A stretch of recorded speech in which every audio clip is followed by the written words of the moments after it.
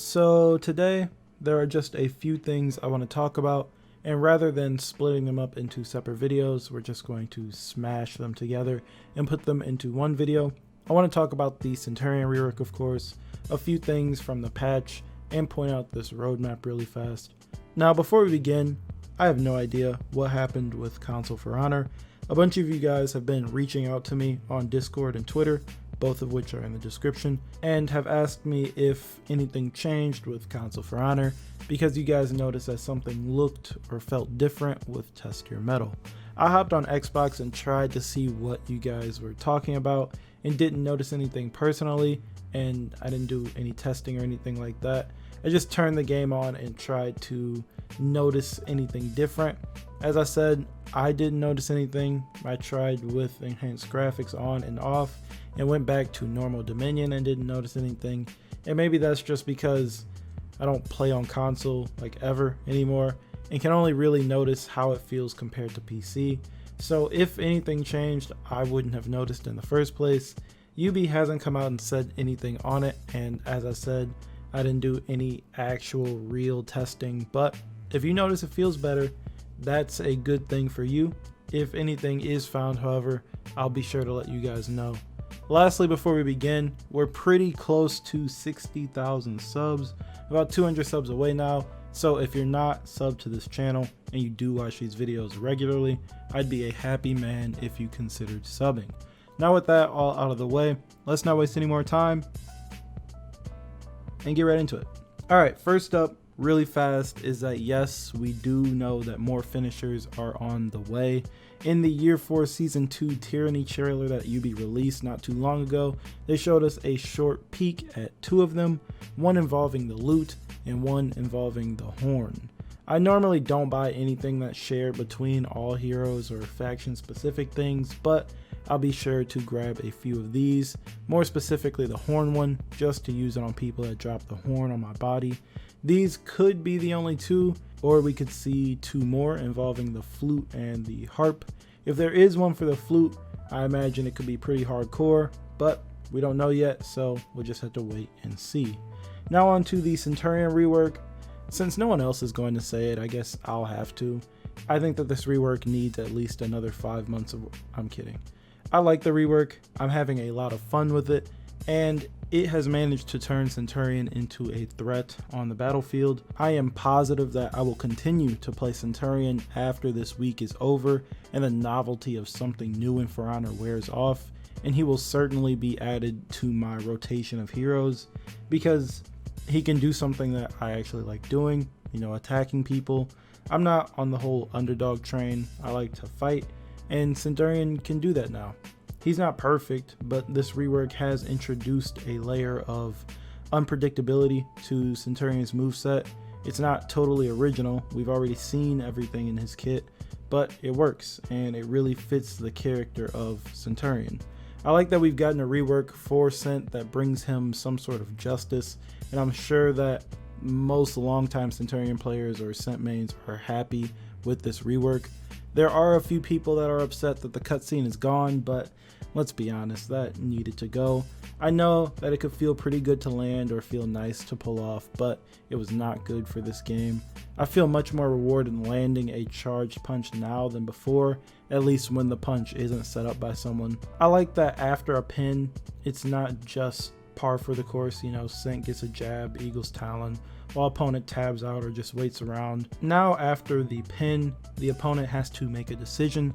They have to do something, well, they get to do something, and it's up to Centurion to keep things rolling. And I also like how it's not just A and B, the encounter isn't binary. The Centurion can throw the jab, feint the jab, charge it up a bit and throw it, or feint it, charge it up all the way to catch an early dodge or someone waiting for the feint, or feint it to catch a dodge. And with the kick catching people and his forward dodge heavy having some surprising range, there's not really a guaranteed easy way out. I've seen people complaining that this is total BS and it's not fun to go up against, but if Centurion didn't have these options, what did we all wait for? Why even rework him if he isn't going to be able to be on the offensive and sustain said offense? As I said, it's not perfect of course. There are still a few things that will change in 2 months when the core fight changes make their way into the game, like damage values and stamina across the board, which will make things feel different. Currently, I don't agree with making Eagle's Talon do 42 damage. I think that's too much damage for how easy it is to land and how often you can pull it off, as it's still pretty easy to land a charged punch in 4s with a tiny bit of communication with a teammate. I mean, sure, it feeds a lot of revenge, but still.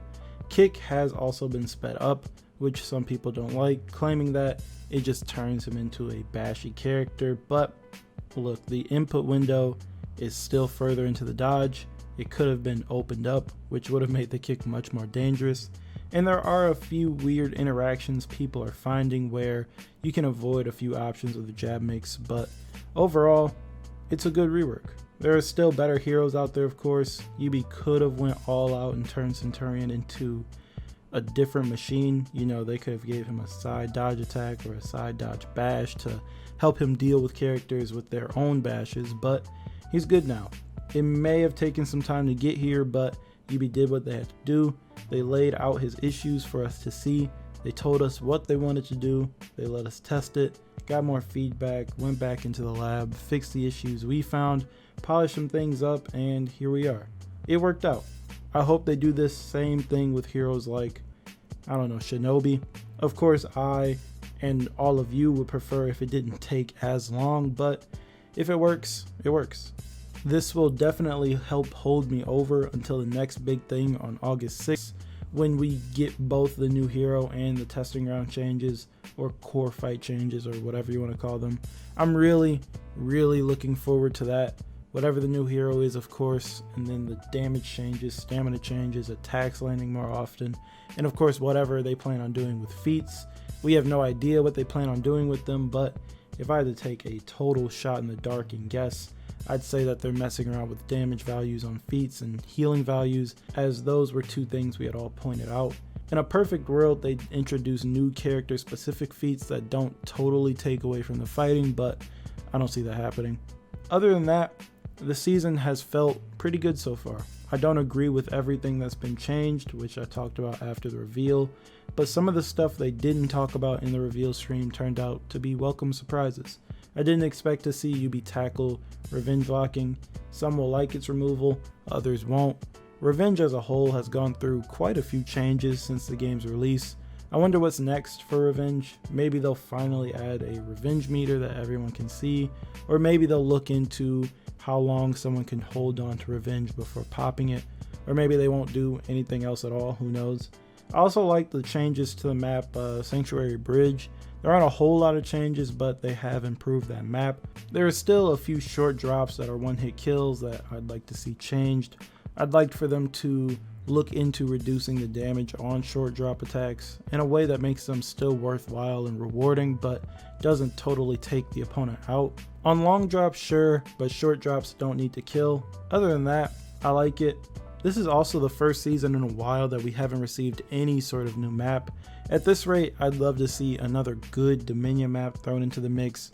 Don't get me wrong, I like the breach maps that they've added into the game in the past, like Story Stronghold and Ching Pass, but it's been a long while since we've gotten another Dominion map, and with maps being a big part of the game, and Dominion being the most played game mode, it'd be awesome to see another one being added into the game.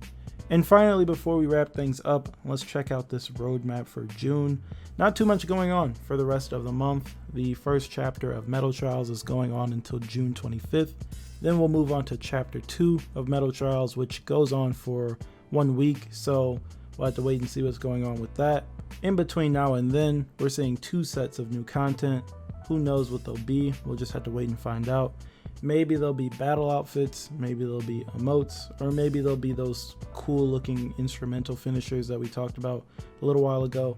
But yeah, 2 content drops, and then at the very end of the month, we'll receive an extra loot fest, and then we'll move into July. Can you guys believe that the year is halfway over already? Not the For Honor year, just 2020 in general. It feels like it hasn't been that long. Anyways, that's all I've got for this video. I just wanted to talk about that stuff for a little bit. Sorry about releasing this so late. A few things came up this weekend and I wasn't able to really play anything, but now I can, and I'm finally going to get around to playing The Last of Us for the first time, just so that I know what's going on in the second one.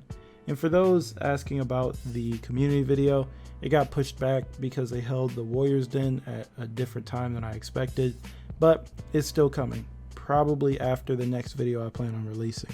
As always, I do want to hear from you guys, so be sure to talk to me down in the comments about anything we talked about in this video.